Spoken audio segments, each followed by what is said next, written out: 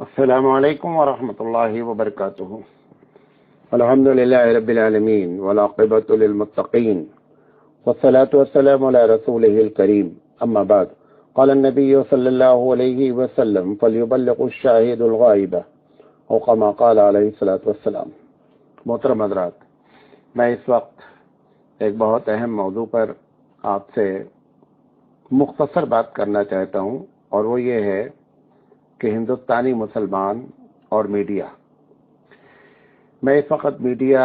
کی قسمیں اور میڈیا کے فوائد اور میڈیا کے نقصانات، میڈیا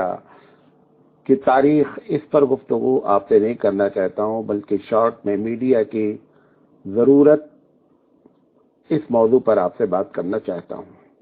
اللہ کے رسول صلی اللہ علیہ وسلم نے اپنے آخری خطبے میں فرمایا کہ فَلْيُبَلِّغُ الشَّاهِدُ الْغَائِبَ، کہ جو آج یہاں موجود ہیں وہ میری بات ان تک پہنچا دیں جو موجود نہیں ہیں۔ دیکھیں، میڈیا، جس کو آپ پرنٹ میڈیا کہہ لیں، الیکٹرانک میڈیا کہہ لیں، میڈیا کا اصل مقصد ہوتا ہے کہ اپنی بات کو اچھے انداز میں پہنچا دینا۔ تو اسلام کو اور مسلمانوں کو جو اس کی ضرورت ہے، اس کی دو وجہ ہے۔ ایک وجہ یہ ہے کہ ہم صحیح بات لوگوں تک پہنچا سکیں، اور دوسری بات یہ ہے کہ غلط باتوں کی تردید کر سکیں۔ سب سے پہلی ضرورت تو یہ ہے کہ تبلیغ دین کے لیے ایڈوانس طریقہ جو میڈیا کا ہونا چاہیے، یا تبلیغ دین کا جو ایڈوانس طریقہ ہے، ہم کو اس کو ہر حال میں استعمال کرنا چاہیے۔ اگر ہم ایسا نہیں کریں گے تو ہم دنیا کی دوڑ میں بہت پیچھے رہ جائیں گے، اور پیچھے ہو چکے ہیں، آلریڈی پیچھے ہو چکے ہیں، کیونکہ ہم بھارت کے، یعنی بھارت سے مراد ہمارا پاکستان، بنگلہ دیش اور ہندوستان ہے، کہ یہاں کے علماء کرام کی سوچ بہت دھیرے چلتی ہے۔ مجھے کہنا نہیں چاہیے، لیکن میں کہہ رہا ہوں، ہم ہمیشہ پیچھے رہتے ہیں۔ میں ایک چھوٹی سی مثال دیتا ہوں کہ جب لاؤڈ اسپیکر آیا تو لاؤڈ اسپیکر کے جواز اور بعد میں جواز پر لاؤڈ اسپیکر آئے ہوئے 100 سال سے زیادہ ہو چکا ہے۔ 1980 میں جب دارالعلوم دیوبند میں 100 سالہ ہوا، 100 سالہ جلسہ منایا گیا، تو وہاں پر اس وقت بھی لاؤڈ اسپیکر کا انتظام نہیں کیا گیا۔ دارالعلوم کی مشہور چھتہ مسجد، وہاں پر 1986 تک، بلکہ 90 تک غالباً لاؤڈ اسپیکر کی اجازت نہیں تھی۔ آج بھی مرکز نظام الدین میں لاؤڈ اسپیکر کی اجازت نہیں ہے۔ میرا یہ کہنا ہے، ایک چھوٹی سی چیز ہے، دنیا چاند پر پہنچ چکی ہے، اور ہم ابھی لاؤڈ اسپیکر کے جائز اور ناجائز میں پھنسے ہوئے ہیں۔ تو ہم بہت دھیرے چل رہے ہیں، لہذا دنیا نے ہم کو پچھاڑ دیا ہے۔ تبلیغ دین کے لیے ایڈوانس طریقہ استعمال ہونا چاہیے، اور جس میں میڈیا کا ایک بڑا رول، چاہے وہ سوشل میڈیا ہو، چاہے وہ پرنٹ میڈیا ہو، چاہے وہ الیکٹرانک میڈیا ہو، چاہے وہ نیٹ، جو کچھ بھی اس میں آپ شمار کرتے ہیں، فیس بک ہے، نیٹ ہے، فلاں ہے، دنیا سب میں اسلام کی تبلیغ کے لیے بہترین ایک ذریعہ ہے۔ لہذا اس وجہ سے میں کہہ رہا ہوں کہ علماء اس پر غور کریں، اور میڈیا، اتنے بڑے بڑے ہمارے ادارے ہیں، لاکھوں کروڑوں کا بجٹ الحمدللہ مسلمان چلاتا ہے، اور کتنے لوگ ایسے ہیں، ہزاروں نہیں لاکھوں کی تعداد میں ہیں، جن کی دلی تمنا ہے کہ یہ بڑے بڑے مدارس میڈیا میں آویں، اپنا چینل ہو، اور صرف اپنا چینل اپنے لوگوں کے لیے نہیں ہو، اس کا فائدہ عالمی سطح پر نہیں ہوگا، جیسے CNN ہے، BBC ہے۔ اس طریقے کا پلاننگ کے ساتھ ہم کو جو ہے وہ اپنے چینل میڈیا کے تھرو چلنا چاہیے، تاکہ اسلام کی صحیح تبلیغ ہو سکے اور غلط باتوں پر تردید ہو سکے۔ میں نبی کریم صلی اللہ علیہ وسلم کی زندگی کی ایک مثال دینا چاہتا ہوں کہ اللہ کے رسول صلی اللہ علیہ وسلم نے جب سب سے پہلے تبلیغ دین کیا، جب اللہ نے کہا کہ محمد صلی اللہ علیہ وسلم، آپ کو جو حکم دیا گیا ہے اب اس کو اعلان کر دیجئے، فَاصْدَعْ بِمَا تُؤْمَرْ۔ اللہ کے رسول صلی اللہ علیہ وسلم نے اس وقت کہا کہ اب یہ اتنی اہم بات کو پبلک تک کیسے پہنچایا جائے۔ تو عربوں کی عادت تھی کہ جب کوئی بڑی امپورٹنٹ بات، بڑی اہم بات ہوتی تھی تو بلندی پہ چڑھ جاتے تھے، اپنے کپڑے کو پھاڑ لیتے تھے اور اس کے بعد ایک نعرہ مارتے تھے کہ یا صباح یا مساء، اور پھر کہتے تھے انا نذیر العریان۔ اللہ کے رسول صلی اللہ علیہ وسلم کو جب اللہ نے حکم دیا دعوت کا کہ محمد صلی اللہ علیہ وسلم قم فانذر وربک فکبر، محمد صلی اللہ علیہ وسلم اٹھیے، لوگوں کو ڈرائیے اور اپنے رب کی کبریائی بیان فرمائیے، اللہ کے رسول صلی اللہ علیہ وسلم نے اس وقت کا سب سے ایڈوانس طریقہ استعمال کیا، آپ بھی پہاڑی پر چڑھ گئے، آپ نے انا نذیر العریان کا نعرہ مارا، آپ نے یا صباح یا مساء کا نعرہ مارا، صرف اس میں سے ایک چیز آپ نے نہیں کیا اور وہ یہ تھا کہ کپڑے کو پھاڑنا، کیونکہ وہ تہذیب کے خلاف تھا۔ یہی سیم چیز آج ہم کو بھی اختیار کرنی چاہیے کہ اس میں جو چیز ناجائز کی شکل میں ہے اس کو چھوڑ دیں، بقیہ جتنی کام کی چیزیں ہیں سب ہماری چیز ہے۔ میں تو یہاں تک کہتا ہوں، آپ میری بات کو یقین نہیں کریں گے، مجھے ایک جگہ تقریر کا عنوان دیا گیا کہ دعوت دین کے امکانات، میں نے بڑے بڑے علماء موجود تھے، میں نے دو باتیں کہیں بڑی مختصر سی، میں نے کہا یہ دنیا کی جتنی ترقی ہے، آدمی چاہے جس معنی میں اس کو ملے، لیکن میرا اپنا کہنا ہے یہ ساری ترقی اس لیے کی جا رہی ہے تاکہ دعوت دین کے کام میں آسانیاں ہو۔ ہم کو اللہ کے رسول نے کہا کہ فَلْيُبَلِّغُ الشَّاهِدُ الْغَائِبَ، کہ جو آج موجود ہیں وہ ان تک بات پہنچا دیں جو موجود نہیں ہیں۔ تو یہ دنیا میں جو ترقی اللہ دماغ دیا ہے انسانوں کو، وہ ہمارے لیے، تاکہ دین کی تبلیغ ہو سکے، ہم ان کا شکر ادا کریں، چاہے ٹرانسپورٹ کا معاملہ ہو کہ جلدی سے جلدی پہنچا جا سکے، ذرائع ابلاغ کا معاملہ ہو کہ ہماری بات جلدی سے جلدی پہنچ سکے، کہ جو کچھ بھی ترقی ہو رہی ہے کمیونیکیشن کی یا ٹرانسپورٹ کی، میرا اپنا عقیدہ ہے کہ تاکہ دین کی دعوت کو پہنچانے میں ہم جلدی سے جلدی اس کردار کو ادا کر سکیں۔ اس سے جو بھی دوسرے لوگ فائدہ اٹھائیں، میں اس کی نفی نہیں کر رہا ہوں، لیکن آپ کے لیے یہ امکانات بہت ہی زیادہ ہیں اور اسی لیے آپ کو اللہ تعالیٰ نے یہ موقع فراہم کیا ہے اور اس دنیا میں اس ایسے موقع پر بھیجا گیا ہے۔ لہذا اللہ کے رسول نے جیسے ایڈوانس طریقہ استعمال کیا، ایسے ہی ہمیشہ ایڈوانس طریقہ استعمال ہونا چاہیے، نمبر ایک۔ نمبر دو، دعوت دین کی صحیح تبلیغ اگر نہیں کی جائے گی نتیجہ نکلے گا۔ آپ دیکھیں کہ کتنے چینل ہیں، میں چینل کا نام نہیں لینا چاہتا ہوں، کتنے باطل چینل ہیں جنہوں نے شرک اور بدعت کی نشت ثانیہ کر دیا، یعنی جو وہ شرک اور بدعت جو ایک دم اپنی جس کی کمر ٹوٹ چکی تھی، جو ایک دم پست ہو چکا تھا اور لوگوں کے ذہنوں میں یہ بات آ گئی تھی کہ حق کیا ہے اور حق کی طرف راغب ہونے کے لیے تیار تھے، ایسے موقع پر باطل میڈیا نے آ کر کے ان کو وہ باتیں، وہ چینل کھول دیا، انہوں نے اسلامی نام سے چینل کھولے گئے اور نتیجہ یہ نکلا کہ شرک اور بدعت کی نشت ثانیہ دوبارہ ان کو زندہ، نشت ثانیہ کا مطلب ہوتا ہے کہ دوبارہ وہ چیزیں زندہ ہو گئی۔ کیوں؟ کیونکہ ہم لوگ ابھی پھنسے رہے کہ لاؤڈ اسپیکر جائز ہے یا نہیں جائز ہے، ابھی ہم اس پہ پھنسے رہے کہ ریڈیو جائز ہے یا نہیں جائز ہے، ٹی وی جائز ہے کہ نہیں جائز ہے، ہم ان ناجائز اور جائز میں پھنسے رہے اور وہاں باطل نے اپنا کام کر دیا اور ہم آج بھی اس بات کو سمجھ نہیں پا رہے ہیں۔ نمبر تین، دنیا جس زبان کو جانتی اور جس کو بولتی اور جس کو سمجھتی ہے وہ سوشل میڈیا اور میڈیا ہے۔ ہمارے ایک بہت بڑی تعداد علماء کرام کی، ان کو یہ بھی نہیں معلوم ہے کہ واٹس ایپ کا استعمال کیسے ہوتا ہے۔ اب آپ اندازہ کریں، آپ توقع رکھتے ہیں کہ یہ دنیا میں انقلاب برپا کر دیں گے، یہ اپنی زندگی میں انقلاب ہم نہیں برپا کر سکتے بھائی جان، تو آپ کی زندگی میں انقلاب کہاں سے لے آئیں گے؟ لہذا